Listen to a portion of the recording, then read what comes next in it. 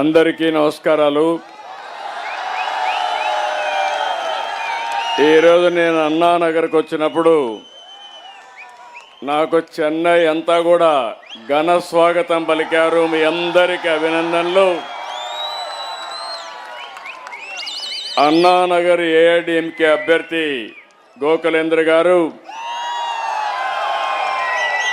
Tea Nagar అభ్యర్థి సత్యనారాయణ గారు, tea Nagar సత్య గారు, వల్లివాకం అభ్యర్థి అయినటువంటి విజయ్ కుమార్ గారు,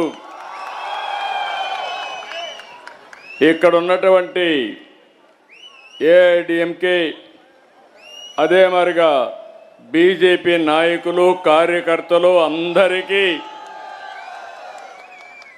నేను ఫస్ట్ టైం చెన్నైలో కూడా తెలుగుదేశం జెండాలు రెపరెపలాడుతున్నాయి. అలాంటి నాయకులకు కార్యకర్తలకు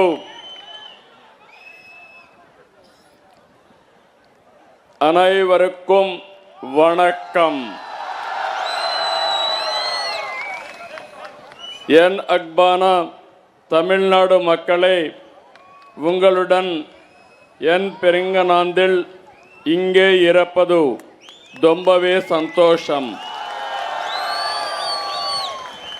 மாற்றத்தை கொண்டு வர வேண்டும் என்ற ஆர்வம் உங்களும் தெரிகிறது. கவலை படாதீங்க, இன்னும் 15 డేస్ మట్టుందాన్. ఈరోజు ఇక్కడికి వచ్చినప్పుడు మీ అభిమానం చూస్తే ఎప్పుడు కూడా తెలుగు తమిళ్ ఇద్దరు కూడా అన్నాదమ్ముల మారిగా పాలు నీళ్లు మారి కలిసిపోతూ ఉంటాం. తమిళనాడు అంటేనే ద్రవిడ సంస్కృతి, పల్లవ, చేర, చోళ, పాండ్య వంటి రాజవంశాలన్నీ ఇక్కడ పాలించారు. ఒక గొప్ప సంస్కృతి ఉండే నగరం ఈ చెన్నై నగరం అని చెప్పి కూడా నేను మీకు తెలియజేస్తున్నా.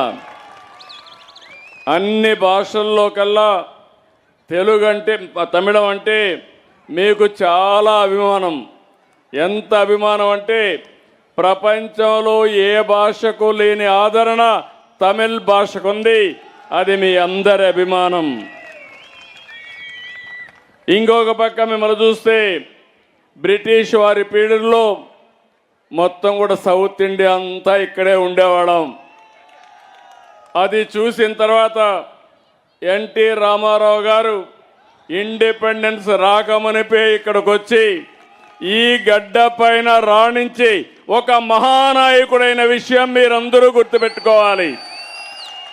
ఆ తర్వాత ఆంధ్రప్రదేశ్ రాష్ట్రానికి ఒక రాజకీయ నాయకుడిగా, ఒక మహోనాయకుడిగా అయ్యాడు. ఆయన ఇక్కడ నీళ్లు తాగాడు, మీ రుణం తీర్చుకున్నాడు. ఆ రోజు ఎంజీఆర్ అదే మరి ఎన్టీఆర్ ఇద్దరు కలిసి చెన్నై నగరానికి దాహం తీర్చాలని తెలుగు గంగ తీసుకొచ్చిన ఘనత ఎంజీఆర్ ఎన్టీఆర్కే దక్కింది. అదే సమయంలో నేను కూడా ఇక్కడే పెళ్లి చేసుకున్నా. నా పెళ్లి కూడా ఇక్కడే జరిగింది. నాకు మళ్ళా ఈరోజు నా పుట్టిన రోజు కూడా ఇక్కడికి వచ్చి మిమ్మల్ని అందరినీ అడుగుతున్నాను ఓటేయమని. దీనికి ఒక ప్రాముఖ్యత ఉంది. మీరందరూ గుర్తుపెట్టుకోవాల్సింది, అన్ని నాగరికతలో కూడా ఎంతో ముందుండే తమిళనాడులో చాలామంది పెద్దవాళ్ళందరూ కూడా మీరు చూస్తే ఈ గడ్డపైనే పుట్టారు. కన్నగి, తిరువళ్ళార్, కంబన్, సుబ్రహ్మణ్య భారతి, సివి రామన్, సర్వేపల్లి రాధాకృష్ణన్, శ్రీనివాస్ రామానుజన్, కడాను స్వామినాథన్, అబ్దుల్ కలాం ఈ దేశానికే ఒక అధ్యక్షుడయ్యాడు. అబ్దుల్ కలాంని ఎంపిక చేయడంలో నా పాత్ర కూడా ఉంది. దానికి నేను గర్వపడుతున్నాను. ఇంకొక పక్కన ఎక్కడా లేని ఆలయాలు, ప్రాచీన కట్టడాలు, పర్యాటక కేంద్రాలు కూడా ఈ తమిళనాడు సొంతం. తంజావూరు, తిరుచిరాపల్లి, చిదంబరం, మదురై, కంచి, రామేశ్వరం, ఎటు చెప్పినా ఈ దేవాలయాలు చూస్తే చరిత్రలో ఎక్కడా లేని దేవాలయాలు ఈ తమిళనాడు సొంతం అని చెప్పి కూడా నేను మీకు తెలియజేస్తున్నా. ఇంకొక పక్క ఈరోజు మీరు చూస్తే అరుణాచల శివుణ్ణి చూసేందుకు పూర్తిగా ఆంధ్రప్రదేశ్ ఇక్కడికి వస్తారు.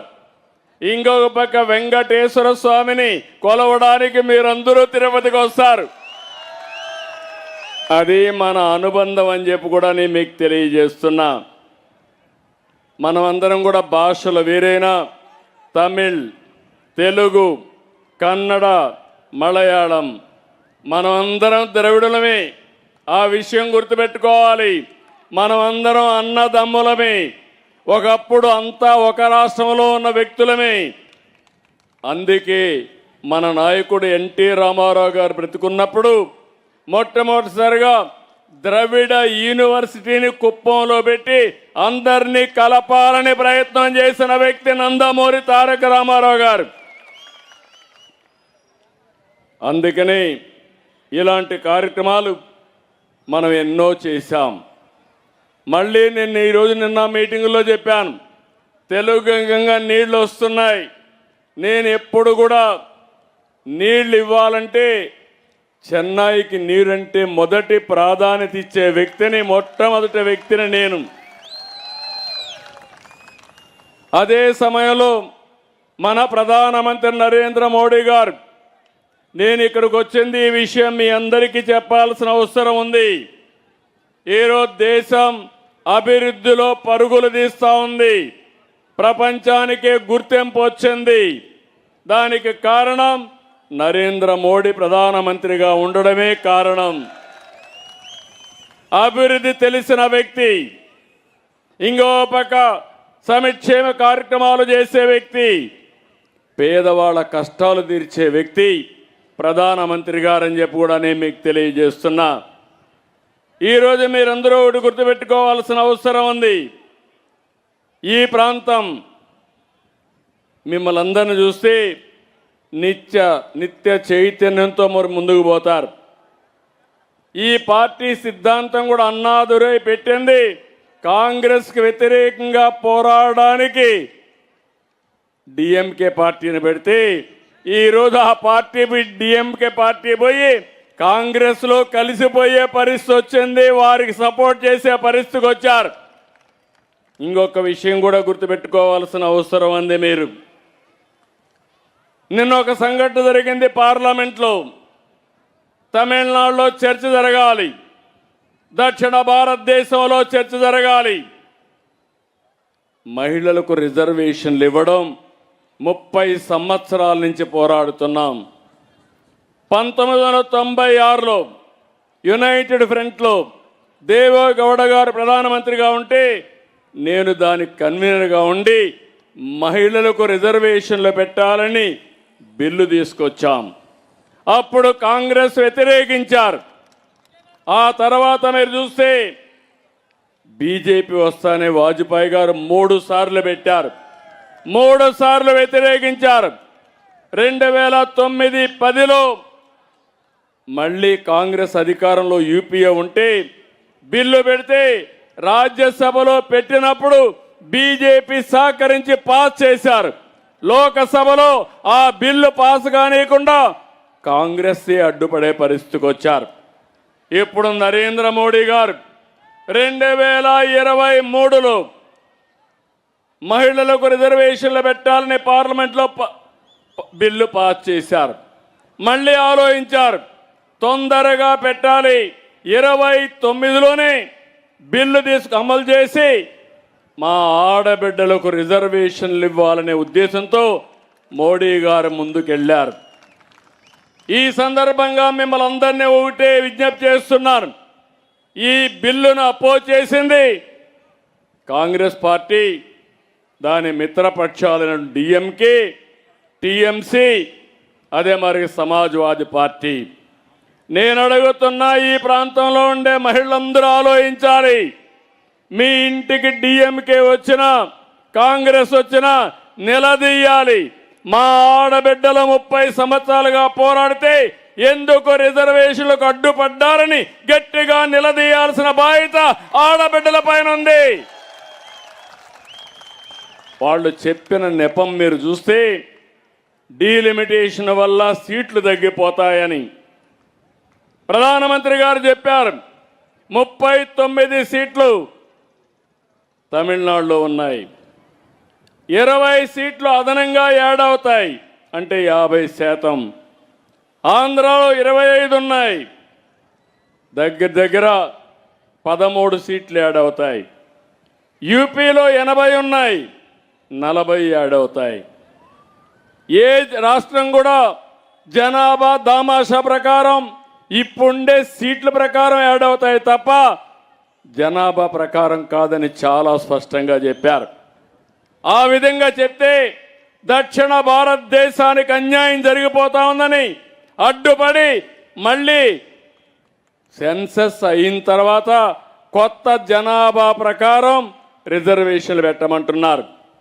మీరందరూ గుర్తుపెట్టుకోవాలి, 2001లో ఆనాటి ప్రధానమంత్రి వాజ్పేయి గారితో గట్టిగా చెప్పి దక్షిణ భారతదేశంలో జనాభా తగ్గుతుంది, మీరు జనాభా దామాషా ప్రకారం సీట్లు ఇస్తే మేము నష్టపోతామని 1971 ప్రకారం ఆ రోజు రిజర్వేషన్లు పెట్టించిన పార్టీ తెలుగుదేశం పార్టీ. ఆ రోజు ఉండే పార్టీలు బీజేపీ పార్టీ అని చెప్పి నేను మీకు తెలియజేస్తున్నా. అలాంటిది ఈరోజు వీళ్ళు కావాలని అడ్డుపడి మా ఆడబిడ్డలకు వచ్చే సీట్లు రానియకుండా దక్షిణ భారతదేశానికి అన్యాయం జరిగిందని తప్పుడు ప్రచారం చేస్తున్నారు. నేను ఒకటే అడుగుతున్నా, ఎక్కడ అన్యాయం జరిగింది చెప్పండి. రెండోది, మీరు చేసిన పని వల్ల జనాభా ప్రకారం రేపు రిజర్వేషన్లు పెడితే మనకు ఉండే సీట్లన్నీ పోతాయి, తీవ్రమైన నష్టం జరుగుతుంది. 2 విధాల నష్టం. ఆడబిడ్డలకు సీట్లు రాకుండా చేశారు.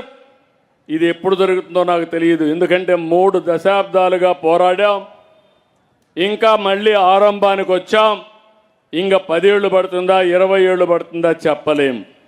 ఇంకో పక్కన ఒకవేళ కానీ కొత్త జనాభా ప్రకారం సీట్లు ఇవ్వాలంటే దక్షిణ భారతదేశం సగం సీట్లు కోల్పోతారు. ఇలాంటి చేసినటువంటి ఇక్కడ డిఎంకే పార్టీ కేంద్రాన్ని ఓడించాం, తమిళనాడు గెలిచిందని గొప్పలో మాట్లాడుకుంటున్నారంటే మీరు నిర్ణయించాల్సిన అవసరం మీ మీద ఉంది. నరేంద్ర మోడీ గారు రిఫార్మర్, ఈ దేశం బాగు కోసం ఆలోచిస్తున్నారు.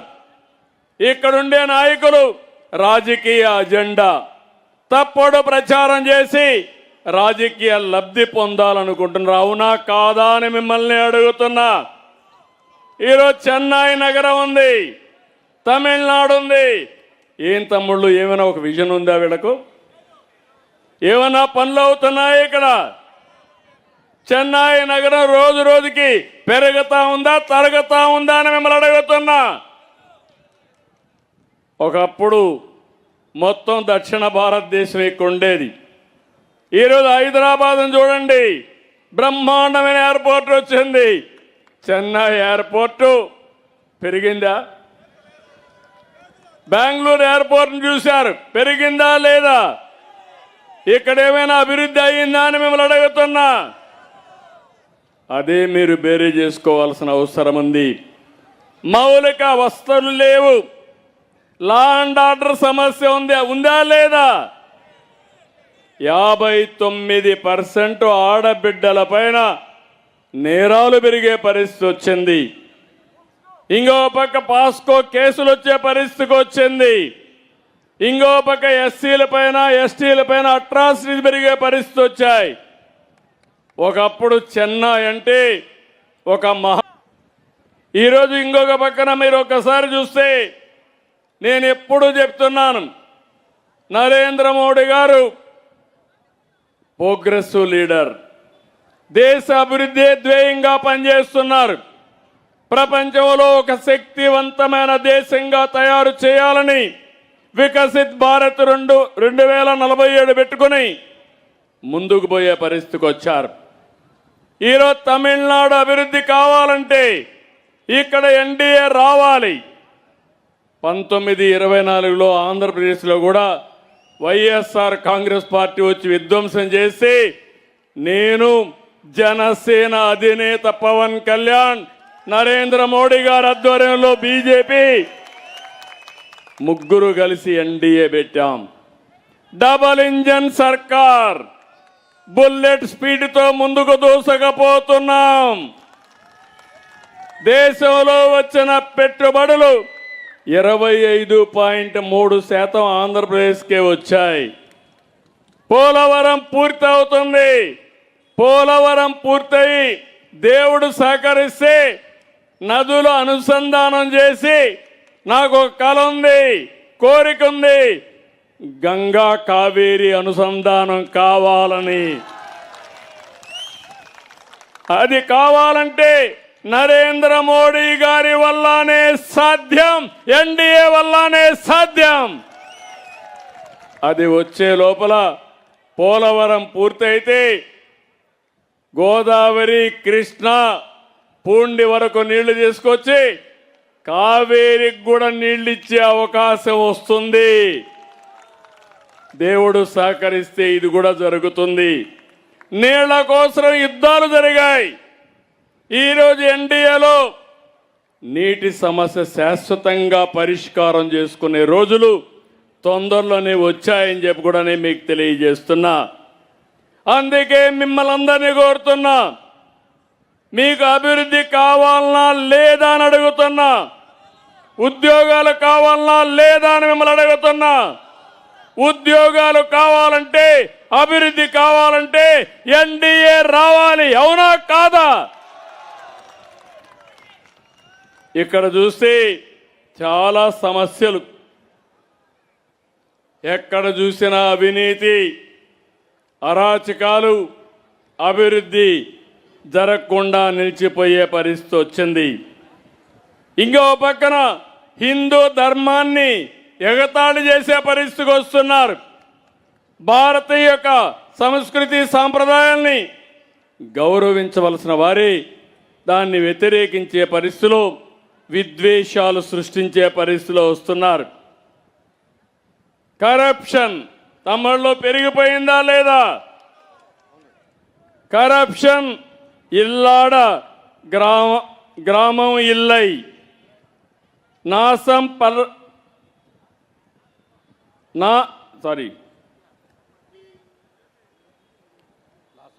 చెప్తాను. కరప్షన్ ఇల్లాద గ్రామం ఇల్లై, నాశం పన్నాద నగరం ఇల్లై, சேதம் அதையாத பகுதி இல்லை.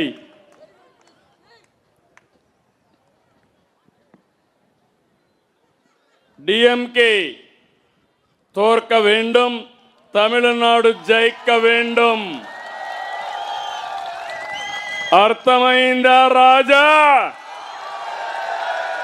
సిద్ధంగా ఉన్నారా మీరు? ఇలాంటి కార్యక్రమాలతో చెన్నై అభివృద్ధి అవుతా ఉందంటే కేంద్రం చూస్తే అన్ని అభివృద్ధి కార్యక్రమాలకు నాంది పలికారు. దగ్గర 14,000 కోట్ల రూపాయలు, 14 లక్షల కోట్ల రూపాయలు ఆర్థిక సహాయాన్ని అందజేశారు. ఇంకో పక్క భారతదేశం ఒక శక్తివంత దేశంగా తయారవుతా ఉంది. ఇంకో పక్క మీరు చూస్తే ఇక్కడ మన సెంట్రల్ రైల్వే స్టేషన్ కూడా శాశ్వతంగా గుర్తుండడానికి ఎంజీఆర్ పేరు పెట్టిన పార్టీ ఎన్డీఏ.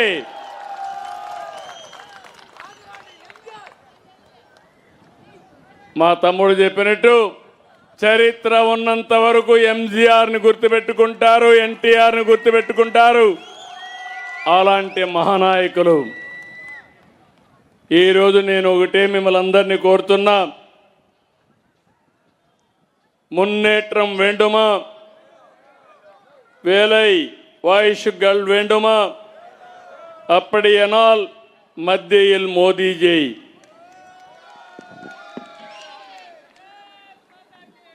இருக்க வேண்டும். மாநிலத்தில் அம்மா ஆட்சி வர வேண்டும். ఇందుకు ఎన్డీఏ కూటమిயை వెற்றி పెర చేయింగల్. అందుకని మిమ్మల్ని అందరినీ ఒకటే కోరుతున్నా, మీ ఓటుతో రాష్ట్రం గెలుస్తుంది. తెలుగు జాతి, మన తమిళ జాతి గెలుస్తుంది. ప్రతి వ్యక్తి, ప్రతి ఇల్లు గెలుస్తుంది. మీది ఓటు బాగు చేసేది, మీ భవిష్యత్తు మార్చేది ఎన్డీఏ కూటమి ప్రభుత్వం అని చెప్పి మరొక్కసారి తెలియజేస్తున్నా. ఉంగళ్ ఒట్టినాళ్ తమిళనాడు వెల్లుం ఓరు వరం ఓరు కుటుంబం వెల్లుం. ఓటు ఉంగళదు ఉంగళ్ వాల్యువై மாற்றும் பொறுப்பு எண்டியது. Tamil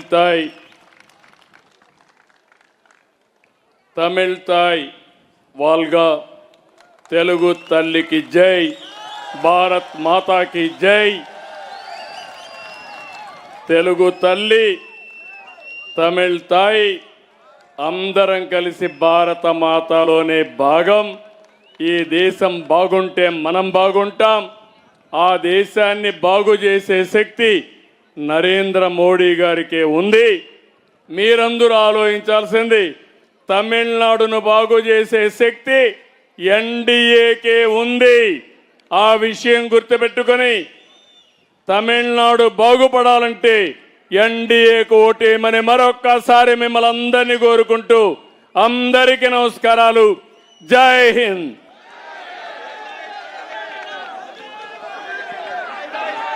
thank you.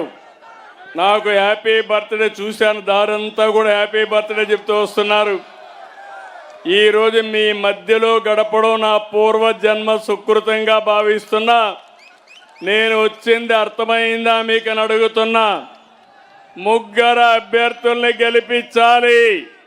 మీరు గెలిపించిన తర్వాత మళ్ళీ నేను వస్తా, ప్రమాణ స్వీకారానికి కూడా అటెండ్ అవుతాం.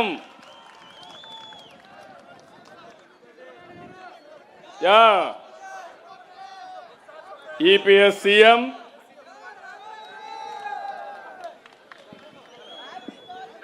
Thank you, very nice of you.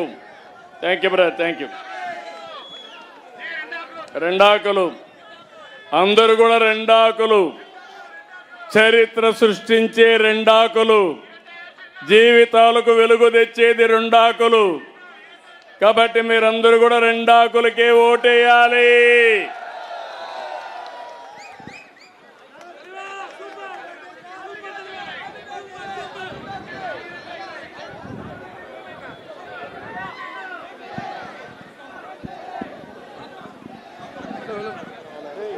App பண்ணுறோமா?